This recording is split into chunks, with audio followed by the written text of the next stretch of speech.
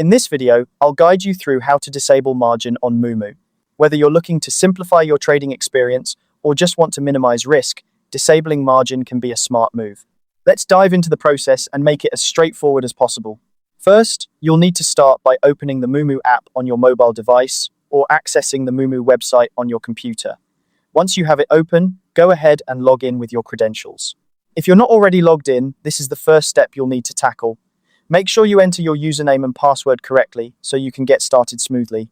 Now that you're logged in, locate the Me section.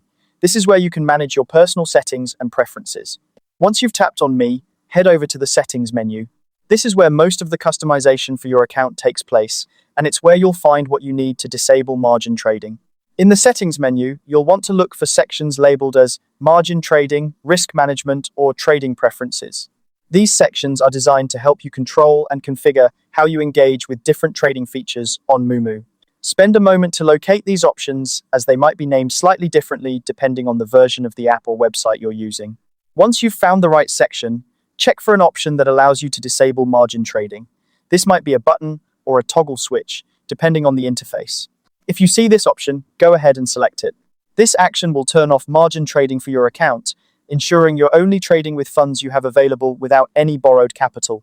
However, if you don't find an option to disable margin trading directly within the app or website, don't worry.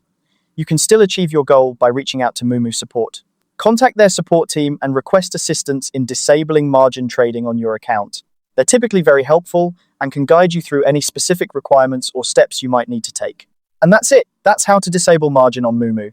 With these steps, you can gain better control over your trading activities and manage your risk more effectively.